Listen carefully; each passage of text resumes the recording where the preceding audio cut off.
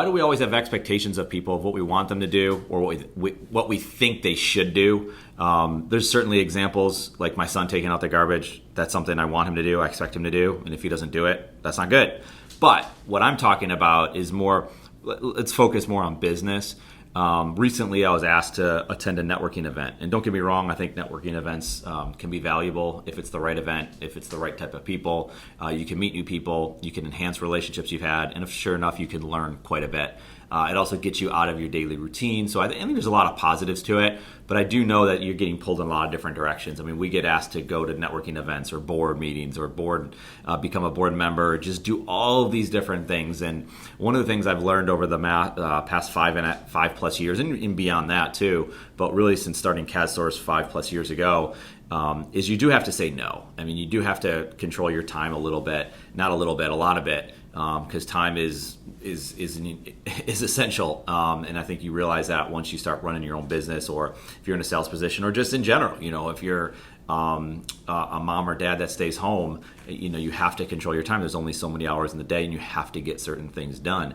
But we have these expectations of, if we don't attend a networking event, then we're not appreciative of being asked. We're not, thinking that it's the right thing to do. We're not respecting the networking event. And I'm not saying that's what people think on the other end of it, but there's always these expectations of, well, why didn't you show up, or why didn't you do this? And, so I was recently asked to attend a networking event. And for this event, I did want to kind of go, but, there's a lot of different things going on, not to mention it was in the middle of a day, in the middle of the week, for about 3 hours. And there's other work to be done. There was other meetings to be had. And let me say this, I'm really grateful. Not anything about what would have possibly happened if I was at the event. I was grateful I didn't go to this event, and I'm going to tell you why.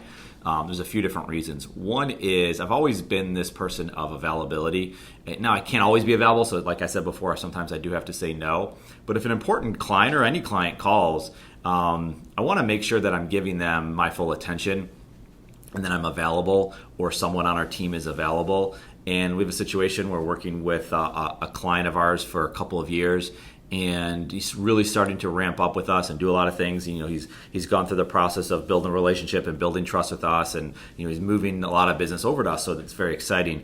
And during this time that I would not have been available, he called me up to talk about a large deal that we're working on. And we got to chat for about 15 minutes. Now, could I have called him back later? Could I call them back the next day? Absolutely. But there was something about answering that call in the first ring, having a real conversation with him, and not only talking about the deal we're working on, but just talking in general, and kind of having a nice back and forth with him. I think that was essential. And then other things did happen as well, is a couple people in our office that I got to have these really important conversations with, because this was open time. So we got to get a little deeper than normal, because I didn't have anything scheduled for that time period. So I thought that was important to have those types of conversations with someone else. And then I got a text from my wife and says, "Do you want to meet for lunch?" Absolutely, 100%. So that was an important piece of it. And obviously, because I don't get to do that every day. We're both leading busy lives, but the fact that I just got a chance to run down the street and have lunch with her is pretty awesome. So I really appreciated that. It kind of made my day. And the other thing that happened is got to work on creating business, creating ideas, creating stories. And I thought that was essential as well. That's the type of stuff that I think people forget to do in business a lot. We get caught up in the tasks, and no doubt we have to do those tasks. We have to get through certain things. But the other end of it, you have to create. You have to come up with ideas. You have to continue moving forward, because if you're not moving your business forward, someone else will do it for you. And trust me, that's not something that you want. So whether you're the CEO or the entrepreneur, or wannabe entrepreneur, you're on your way to becoming that, or you're someone who works in an office and you're tasked with doing certain projects. What are you doing to make that project better than just what the basic expectation is? I go back to that word expectation a little bit. But I think those are the types of things. So going back to the earlier point of attending a networking event, I'm not here to say that networking events are bad. Certainly some of them are, but it pulls in both directions. Some are really good, some are really bad, some are right in the middle.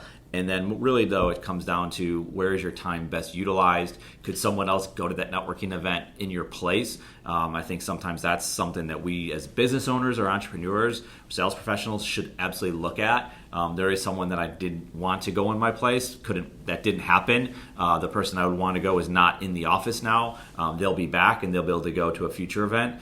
And, absolutely, there's opportunities to go to more of those types of events. But I think what it comes down to, though, is understanding that your time is valuable and you don't know what could happen in those spaces where you allow yourself to be free. You could have a great conversation with a client. You could have great conversations with coworkers. You could have a great conversation or lunch with your significant other or someone in your family. So things to remember the next time you're asked to lock yourself up for 3 hours. Not to say that what could happen during those 3 hours could be bad, but what amazing things could happen if you open yourself up and allow yourself to and to take on those 3 hours or 1 hour, whatever it is, what might happen. So that's my thought for today. Hope it helps you out a little bit. And just remember that as you go through your week and your month and the rest of your year in 2018. Thanks for listening. Went all in, played my cards right.